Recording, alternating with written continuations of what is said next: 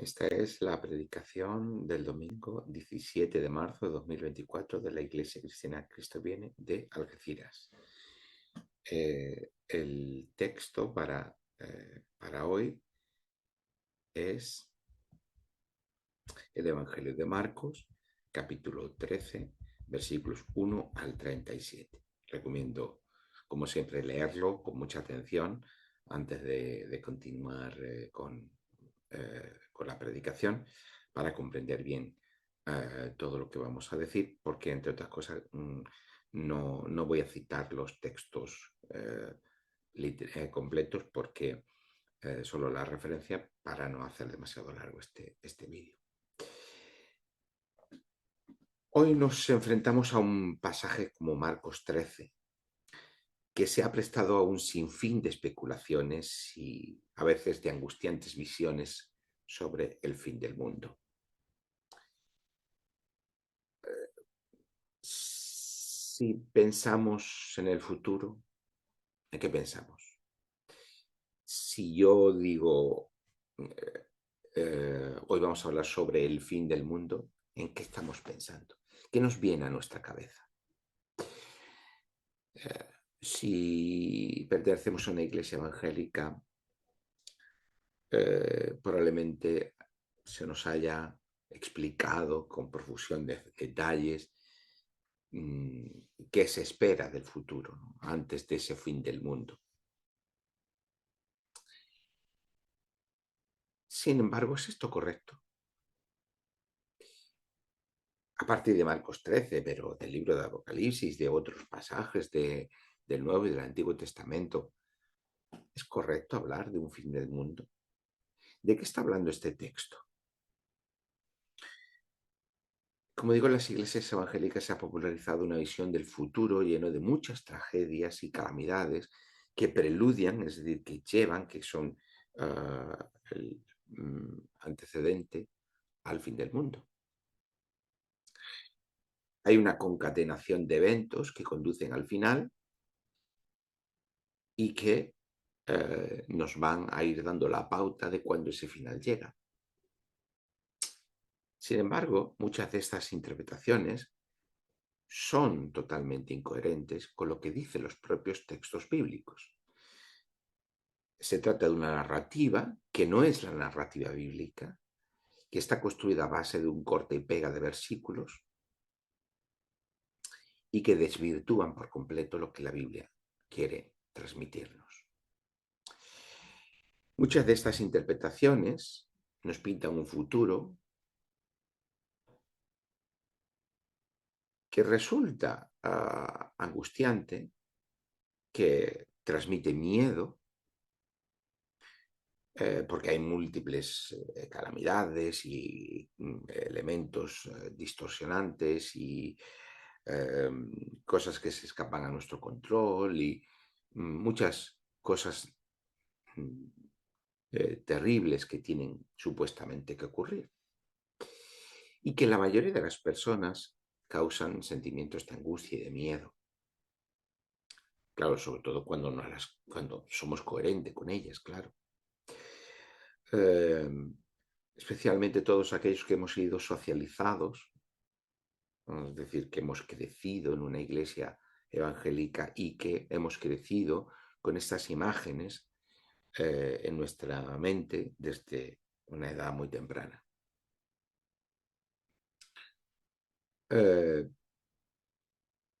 Sí que han dejado una huella bastante profunda en nosotros. Y como pastor, pues tengo muchos testimonios en este sentido.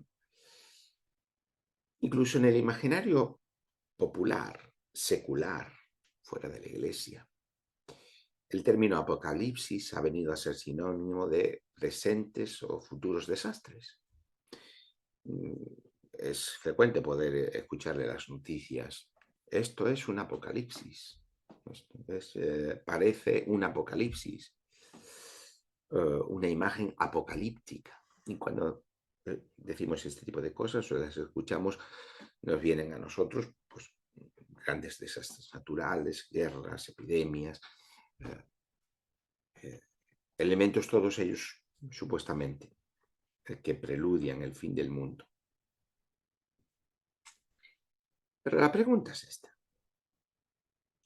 ¿El cristiano debe tener miedo al futuro o debe estar esperanzado frente al futuro? ¿Qué es lo que marca nuestra actitud y cuál debe ser nuestra reacción frente al futuro? ¿El miedo o la esperanza? Claro, depende de cómo construyamos nuestra visión del futuro, cómo construyamos la esperanza. ¿Será una esperanza esperanzada? ¿Será una esperanza llena de miedos, de angustias, de incertidumbres? ¿De qué hablamos? Por no decir que el miedo y la esperanza son una contradicción entre términos, ¿no?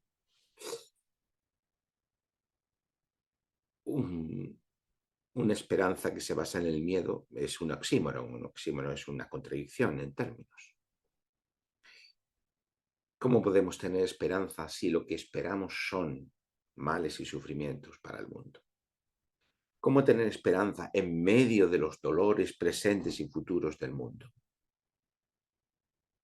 Miedo, esperanza, esas son las opciones y de eso va el mensaje apocalíptico, escatológico cristiano. Cuando hablamos de escatología, hablamos sobre el discurso sobre el fin, sobre el final.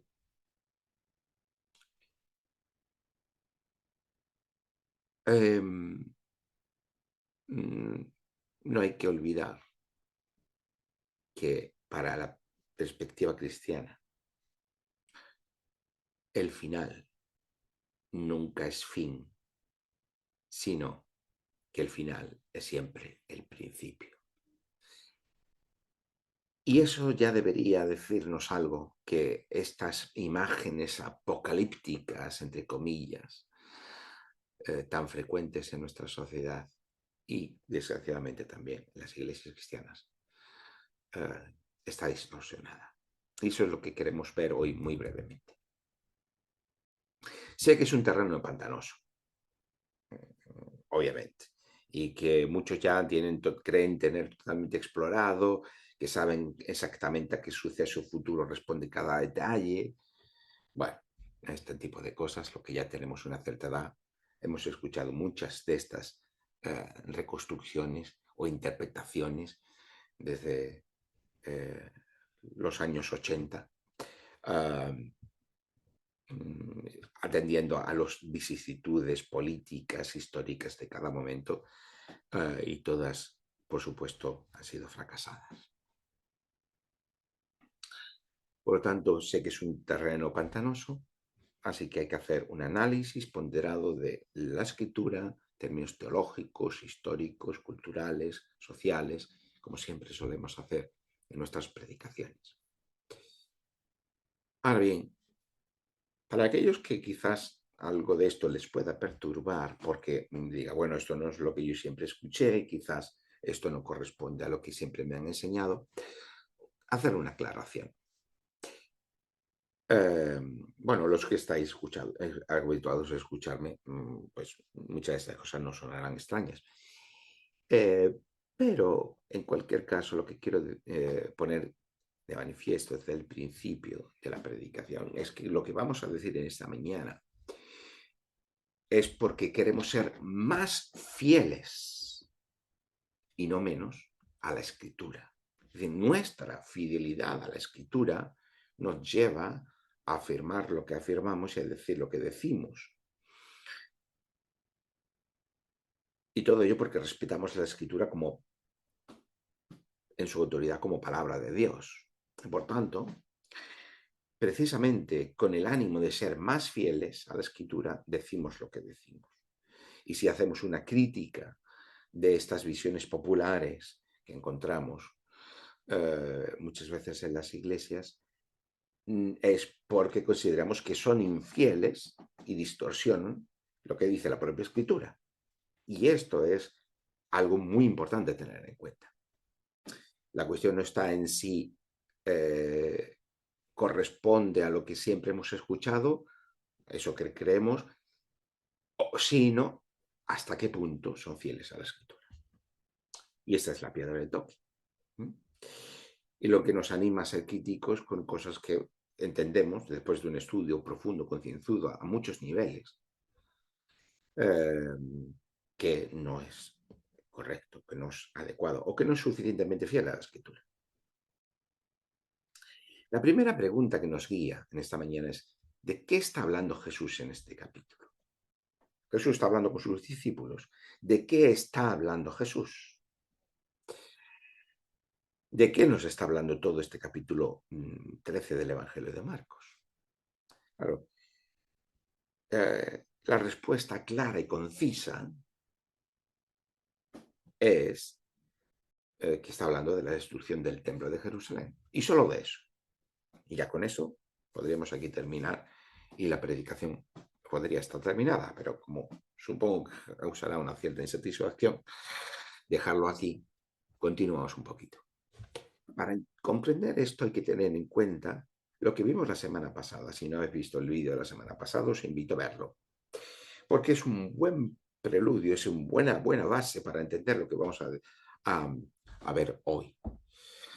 Esta manía de cortar y pegar los versículos nos descontextualiza lo que los textos nos dicen, y de ahí que nosotros siempre hagamos ese énfasis en la importancia de la narración, de respetar la narratividad, del carácter narrativo de la escritura. Por lo tanto, esto que dice Marcos 13 está en relación a lo que Marcos lleva diciéndonos desde el versículo 15 del capítulo 11 y que culmina en este capítulo 13, aquí en el versículo 37, que es donde termina este capítulo 13. En toda esta secuencia narrativa, como ya explicamos la semana pasada, se está hablando constantemente del templo. Y ya explicamos que en toda esta secuencia lo que tenemos son una crítica profunda del templo a diferentes niveles, desde diferentes ángulos, de diferentes perspectivas. Y que esa crítica al templo culmina en Marcos 13, que anuncia que el templo va a ser destruido.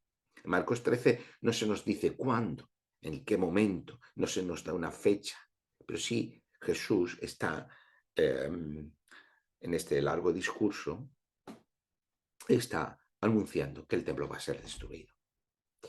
Y es que hay solo dos opciones: que Jesús tenga razón, que sea cierto lo que diga, que el reinado de Dios está llegando por medio de él, y que toda esa crítica que hemos visto en sus encuentros dialécticos que pugnan por el honor público con los saduceos y fariseos y los maestros de la ley, Jesús tenga razón en toda esa crítica al templo, que el templo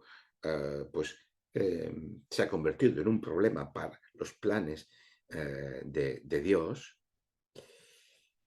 y que por tanto el templo ha dejado de tener validez, y que ahora la presencia de Dios está encarnada en Jesús y no manifestada en el templo. O es cierto esto, o si Jesús está equivocado, entonces el templo pues, puede seguir cumpliendo sus funciones sociales, políticas, económicas y religiosas, como ya hemos explicado en diferentes ocasiones, y seguiría vigente desde el punto de vista, claro, de los contemporáneos de Jesús, que algún día la presencia de Dios volvería a estar en el templo y por medio del Mesías se daría inicio al reinado de Dios.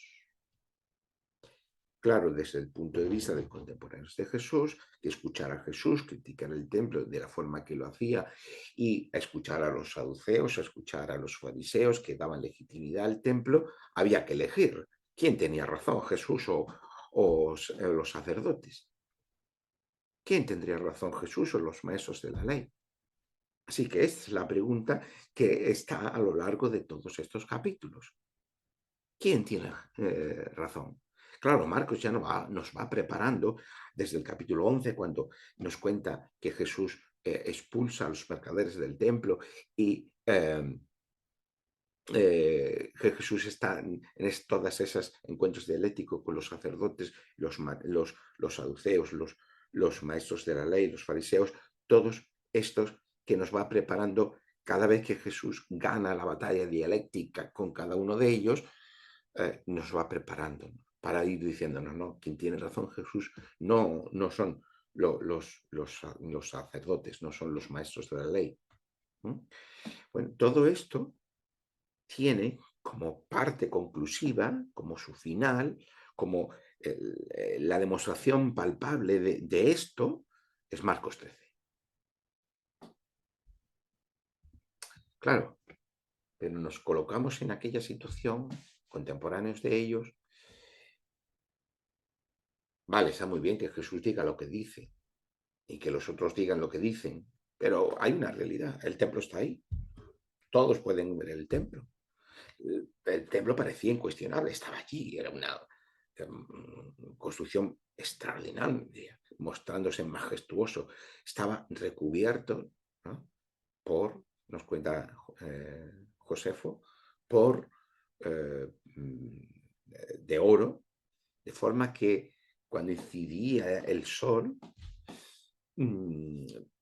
desde lejos, parecía que brillaba, era todo blanco y que había que apartar la mirada porque el resplandor molestaba a la vista. Así que este templo, símbolo de la permanencia de Dios con su pueblo y garante de sus promesas, parecía inconmovible. Y claro, ningún judío, buen judío, podía imaginarse que el templo se hubiera convertido en un problema y que el templo, al final, Dios, la presencia de Dios no volviera al templo, como se esperaba, ¿no? Así que, bueno, el templo, pues aquellos que lo defendían, como eran los sacerdotes, esa élite dentro de los sacerdotes, que eran grandes terratenientes y que estaban en la cúspide de la sociedad, pues el templo era su legitimación. Incluso de los propios fariseos, que constituye esa clase media. Bueno, no existía una clase media como tal, como la entendemos hoy en nuestras sociedades, pero bueno, para, digamos, entendernos un poco. Por el contrario, ¿quién es Jesús? A Jesús no lo conoce nadie. Viene de la Galilea rural, de un pueblo muy pequeño. No tiene credenciales de honor, ni desde el punto de vista judío, ni desde el punto de vista romano. Es un don nadie. Sí, que Jesús este es como mucho un profeta, sí, que nadie tiene en cuenta. ¿Quién es Jesús? No parece que Jesús haya que preocuparse mucho por lo que Jesús puede decir, si no, ¿quién lo va a creer? Herodes el Grande inició una reforma del templo que lo convertiría en una obra monumental y magnífica, ¿no? Incluso que a sus sucesores lo van a seguir, van a continuar con esa reforma. Ya sabemos que originalmente el templo de construyó Salomón, que quedó destruido después de la invasión babilónica en el siglo VI a.C., que después de la vuelta de Babilonia, de los deportados en Babilonia, se reconstruye el templo, pero ese templo que se reconstruye en tiempos de de Nehemías, es un templo más modesto que el de Salomón, mucho más pobre del que va a ser después de toda la reforma con Herodes el Grande. Esa reforma herodiana convierte el templo en una de las grandes construcciones del Mediterráneo antiguo.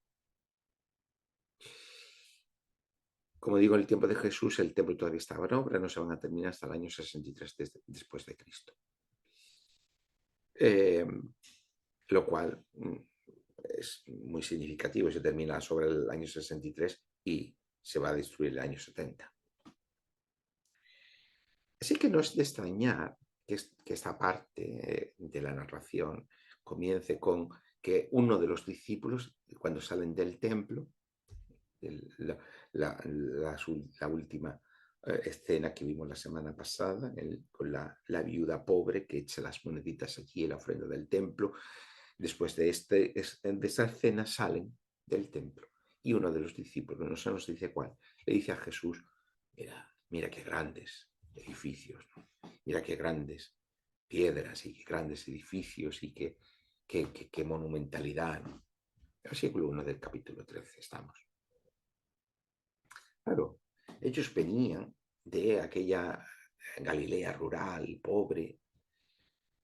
Había en el mundo antiguo una gran diferencia entre, hoy en día todavía sigue existiendo en nuestro mundo, ¿no? Entre el mundo rural y las grandes ciudades, ¿no?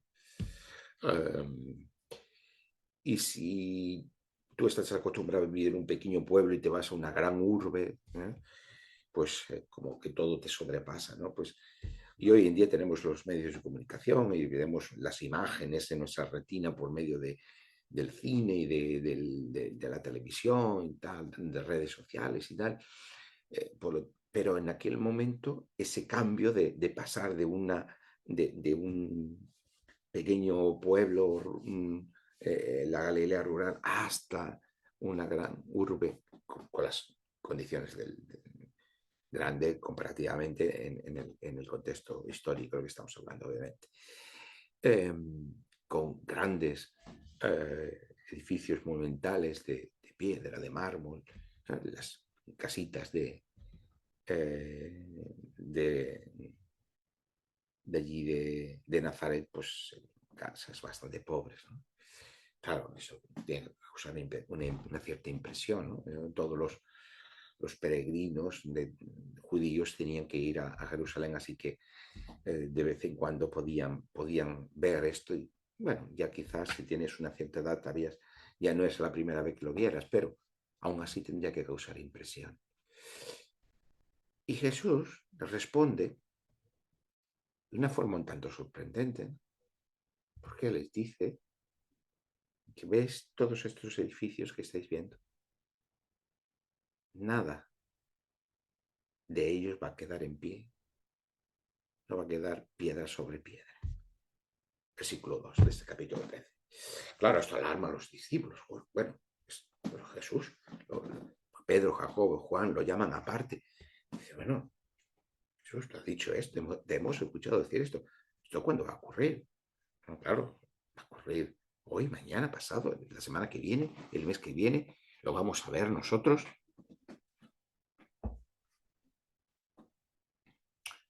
Así que les pregunta, porque, claro, si va a ocurrir pronto, pues habrá que estar preparados. O versículo 4.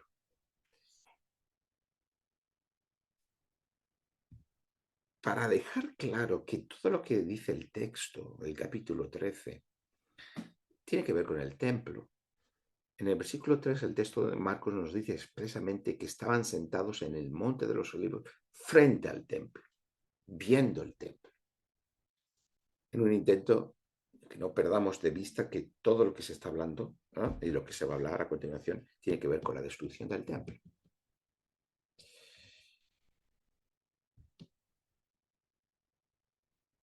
Cualquier otro intento de hacer decir al texto otra cosa o referirlo a cualquier otro acontecimiento sería desvirtuarlo, porque hay una voluntad consciente de que se entienda, porque está así construido el texto, de que todo lo que está hablando Jesús tiene que ver con la destrucción del templo. Toda la estructura narrativa en la que está inserto este pasaje nos habla sobre el templo.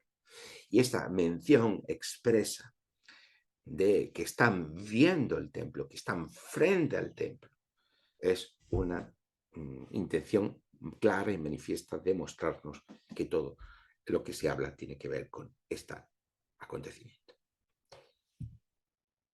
Obviamente no vamos a ver todos y cada uno de los versículos, hacer una exégesis concienzuda de todos los versículos, pues sería imposible, no nos daría tiempo en una predicación, tampoco es la misión de una predicación hacer esto.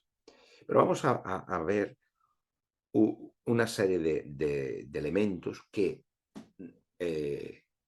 nos muestran cómo y por qué todo esto tiene que ver con el templo y con la destrucción del templo.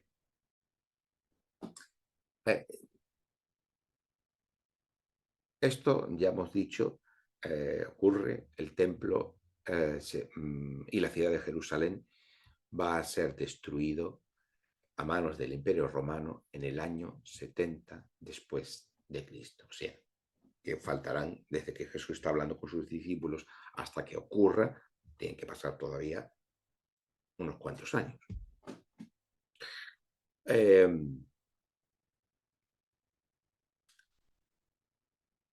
La advertencia de Jesús a sus discípulos es clara. No había que hacer caso de aquellos revolucionarios que pensaban que con su posición armada a Roma traerían o favorecerían de alguna manera la llegada del reinado de Dios. Como ya sabemos, el pueblo de Dios esperaba el reinado de Dios y que la llegada del Mesías como rey o como sacerdote o como ambas cosas traería el inicio de ese reinado de Dios. Había quienes pensaban, como los fariseos, que cumpliendo al pie de la letra o fielmente, vamos a decirlo de una forma peyorativa, sino cumpliendo fielmente la ley, ese reinado de Dios llegaría antes o se favorecería la llegada del reinado de Dios. Y había quienes pensaban que por medio de la lucha armada y por medio de la violencia, que resistiendo el imperio romano, pues ese reinado de Dios llegaría antes. Y Jesús lo que les está advirtiendo a sus discípulos es que, por un lado, el templo no es garante de nada, porque el templo se ha convertido en parte del problema, y que esa lucha armada tampoco va a traer, no es el camino adecuado para traer el reinado de Dios. Por el contrario, el camino de la violencia no solo no va a traer el reino de Dios, sino que va a causar un inmenso sufrimiento al pueblo y conduciría a la destrucción de Jerusalén y del templo. Esa es la advertencia de Jesús. El reino de Dios es traído solo y únicamente por medio de la mediación del Hijo del Hombre. Eso es lo que también el texto de Marcos en este capítulo 13 nos va a dejar muy claro. El templo ha dejado de servir, el Hijo del Hombre es el que trae el reinado de Dios, no es la lucha armada. Y como prueba de que Jesús tiene razón, son los acontecimientos del año 70 que van a poner de manifiesto esto. Esto es lo que este capítulo 13 está diciendo. No es un mensaje sobre el fin del mundo. Es más, la Biblia no nos habla sobre el fin del mundo. Como cada domingo predicamos, la Biblia nos habla de la transformación del mundo en unos nuevos cielos y una nueva tierra bajo el reinado de Dios. Es una realidad nueva bajo el reinado de Dios. Por lo tanto, no es el fin del mundo, sino la transformación del mundo de lo que nos habla la Escritura. Así que todas las narrativas que nos cuentan que antes del fin del mundo va a ocurrir esto, aquello, lo otro, no, porque no hay un fin del mundo. Hay una transformación del mundo en unas nuevas condiciones de existencia. ¿Cómo explicamos entonces qué es lo que está hablando Marcos 13? Tenemos que tener en cuenta que en todos los acontecimientos del año 70, los anteriores, y lo que ocurre en el año 70, tenemos una fuente histórica de primera mano que nos explica lo que ocurrió, que es una obra que se titula La guerra de los judíos, que fue escrita por un historiador romano de origen judío o un judío que estuvo próximo al mundo romano. Ahora, explicar quién fue Josefo y tal pues sería largo y no es el momento, ¿no? Pero tenemos esta obra, y seguramente pues, Flavio Josefo, el nombre de Flavio Josefo nos suene algo, ¿no? En esa obra, Josefo nos explica esa guerra que ocurrió entre los años 66 y 70 después de Cristo, que hay una serie de revueltas y una guerra abierta entre distintas facciones armadas junto a las élites judías, o facciones judías, y el Imperio Romano. Como nos cuenta Josefo, estas élites instrumentalizaron a determinados profetas o mesías que prometían al pueblo resistir y combatir contra los romanos. Así que cuando Jesús está hablando en ese versículo 5 o en ese versículo 22, que vendrán muchos en mi nombre y dirán yo soy el Mesías y engañarán a muchos, que se levantarán falsos mesías y falsos profetas, que harán señales y prodigios para engañar, si fuere posible, incluso a los escogidos. De lo que Jesús está hablando es eso que ocurre y que va a ocurrir en ese contexto del año 70 y que el propio Josefo nos está transmitiendo. Y él nos cuenta en su obra precisamente esto, que hubo profetas, que hubo mesías, supuestos mesías, falsos profetas, que instaban a la gente a resistir, a ponerse del lado de esas élites judías, de esas facciones judías, para resistir, y que convencieron a mucha gente en nombre de el templo de Dios no va a caer, que Jerusalén es expugnable, que Dios está con nosotros, etcétera, etcétera, incitando a la gente a seguir ese camino de la lucha armada y violenta. Pues Jesús está advirtiendo precisamente sobre esto. Cuando Jesús habla sobre que habrá guerras y rumores de guerra, tienen que ver precisamente con todos estos años de los 66 al 70, que hubo toda una serie de primero escaramuzas y después guerras abiertas y diferentes momentos, incluso dentro de las propias facciones judías entre sí, incluso cuando ya estaba el propio asedio, las tropas romanas asediaron la ciudad de Jerusalén. Todo esto es lo que Jesús está hablando cuando se levanta nación contra nación, reino contra reino. Está exponiendo, es de una forma enfática, de una forma que para llamar la atención de toda esta situación caótica que va a ocurrir entre las facciones judías y el Imperio Romano, entre las propias facciones judías durante el asedio romano, esas facciones judías que están combatiendo contra sí, que están debilitando su propia posición frente al Imperio Romano, y que va a acrecentar el sufrimiento del pueblo y haciendo mucho más penosa la situación de los sitiados, porque están consumiendo fuerzas, porque están destruyendo sus propias posiciones defensivas, porque están quemándose el grano que después le va a llevar al hambre para el sitio. Es decir, el enfrentamiento de los propios judíos entre sí va a facilitar muchísimo la conquista romana y va a hacer mucho más sufriente la situación del pueblo. Jesús está advirtiendo sobre estas cosas. Incluso ese hambre y esos disturbios están mencionados en el versículo 8, ¿no? Y está narrado por el propio Josefo con mucha profusión de detalles. Incluso cuenta un caso muy, muy, muy dramático de una madre que, presa del hambre y también del desquiciamiento de aquella situación, mata a su propio bebé, lo cocina y se lo come. Y entre los judíos la descubren.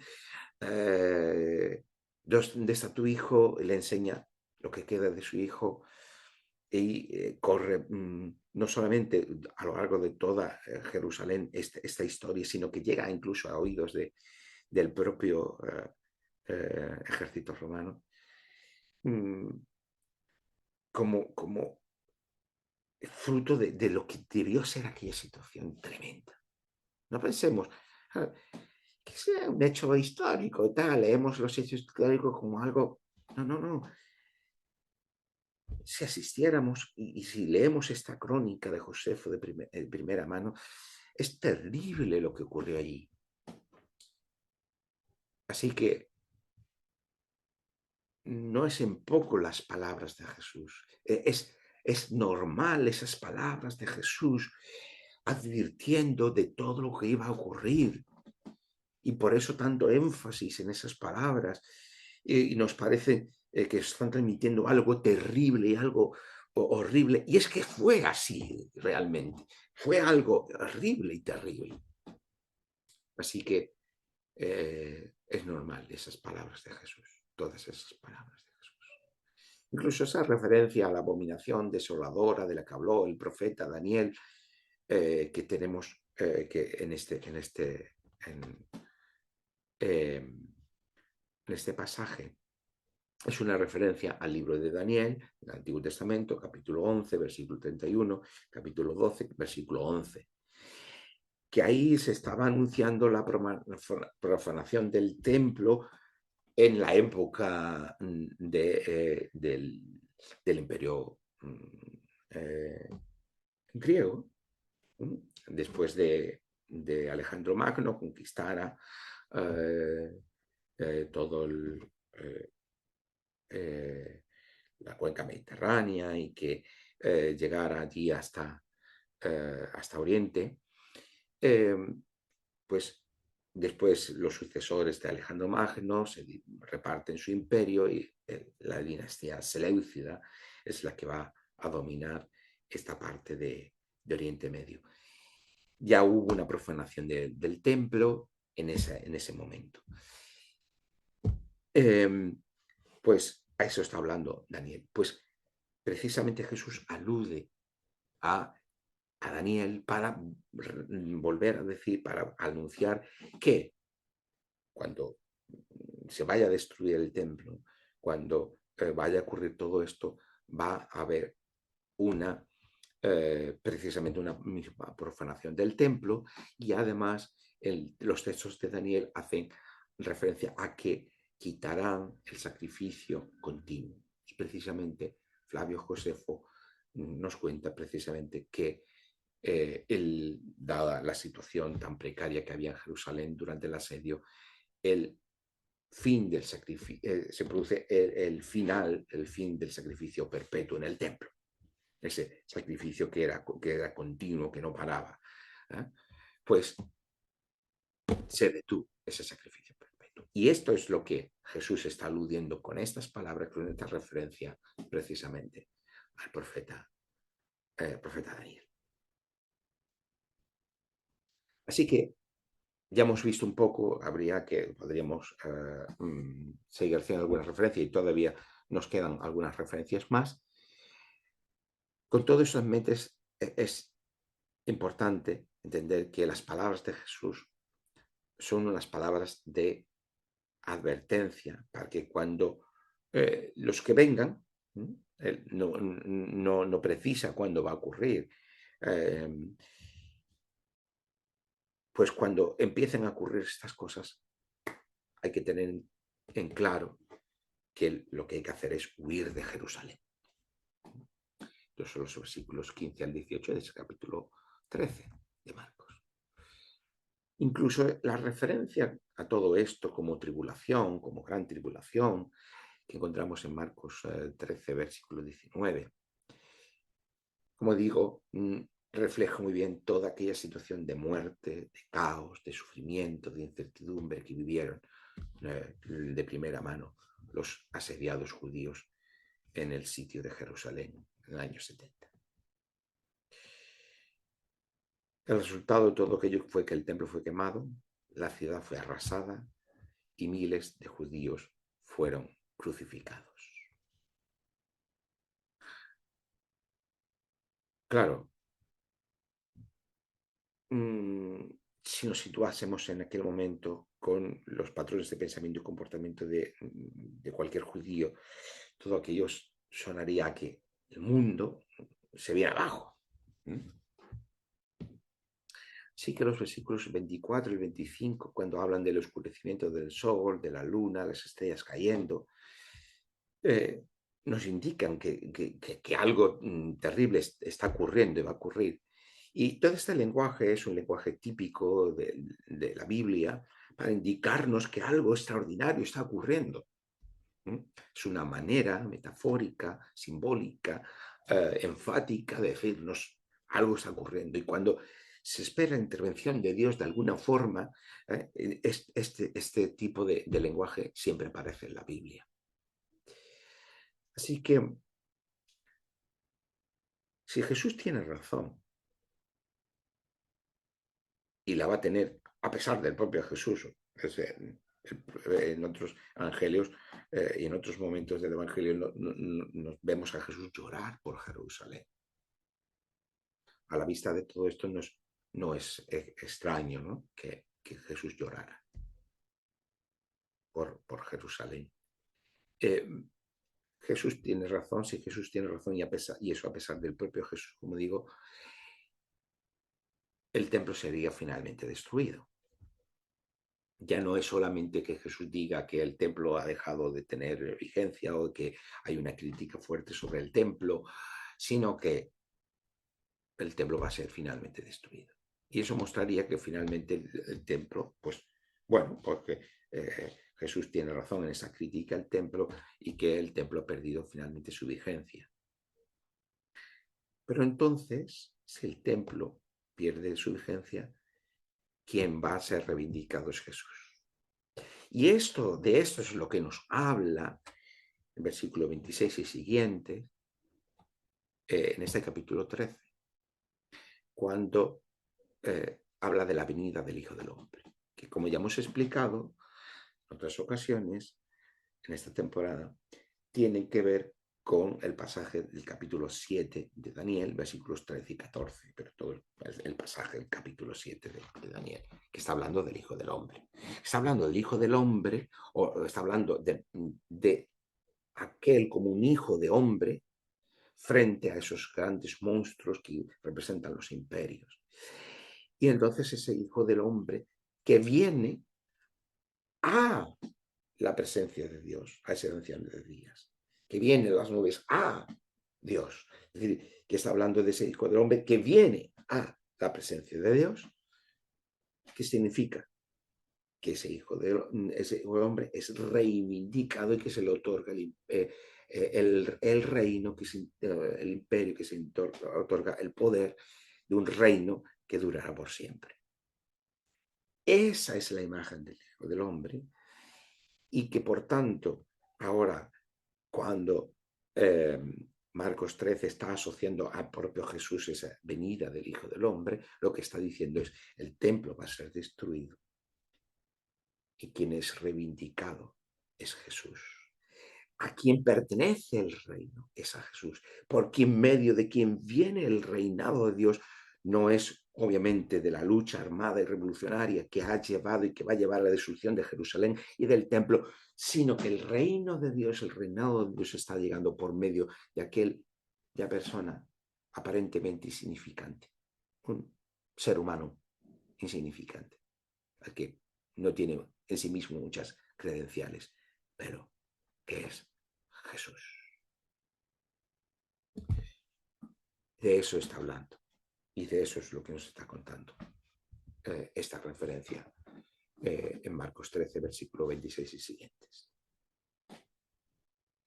Así que veis que dentro de su contexto, sus respectivos contextos históricos, culturales y sociales, el texto tiene todo el sentido. Así que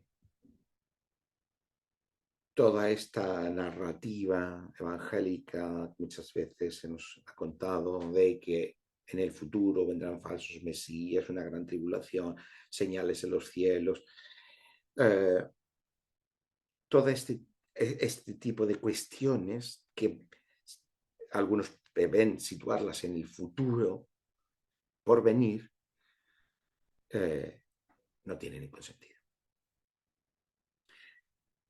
Todos estos elementos que encontramos en Marcos 13 no hacen referencia a extraños y oscuros acontecimientos de nuestro futuro y que traerán supuestamente el fin del mundo, como tantas veces se nos ha enseñado, sino que el mensaje del Evangelio de Marcos es que la presencia de Dios no ha vuelto al templo, sino debido a la corrupción de sus dirigentes, sino que la presencia de Dios está ahora encarnada en la persona de Jesús y que por medio de él se inaugura el reinado de Dios, que está pendiente de ser consumado en el futuro con su segunda venida, si queremos llamarlo de esa forma, para la transformación del mundo en unos cielos y en una tierra. Esto es de lo que Jesús está hablando, de lo que el Evangelio de Marcos está hablando. El Hijo del Hombre, y no la lucha armada, es quien trae el reinado de Dios. Por eso la Biblia nos habla de esperanza para el futuro. En términos históricos, ha habido muchos acontecimientos dramáticos como aquellos de la destrucción del templo en el año 70 después de Cristo. Incluso hoy asistimos a hechos similares que ocurren en nuestro mundo, en diferentes partes del mundo. Pero cuidado, el cristiano debe escuchar las palabras de Jesús. La violencia, las guerras, las revueltas armadas, el dolor, el sufrimiento que unos seres humanos infligen unos sobre otros, aunque esté realizado en nombre de Dios, aunque esté realizado incluso por el propio pueblo de Dios, como ya ocurrió en aquel año 70, la advertencia de Jesús es clara. No traerán el reinado de Dios. Por eso el futuro de Dios no está construido a base de especulaciones, de que si esto, de que si aquello, si ahora no sé quién, que si ahora no sé cuánto, que si el presidente de Estados Unidos no sé quién, que si Rusia no sé cuánto, que si no sé qué, que si pasa en Israel esto, aquello, lo otro. No está hecho a base de especulaciones, mucho menos de acontecimientos angustiosos, de miedos que suscitan, de angustias, de incertidumbres. Nada de esto. Como desgraciadamente tantas veces se ha explicado la escatología cristiana, sino que el futuro de Dios, si queremos conocer cuál es el futuro de Dios, ya pronto vamos a celebrar la Semana Santa, ¿no? Pues si queremos saber cuál es el futuro de Dios para nosotros, para su creación, donde tenemos que mirar es la claridad, la luminosidad de la mañana de la resurrección. Y ya me estoy adelantando a las predicaciones de las próximas semanas. A la luminosidad, a la claridad, a la belleza, a la frescura de esa mañana de la resurrección. Este es el futuro de Dios para el mundo. Ahí es donde tenemos que mirar.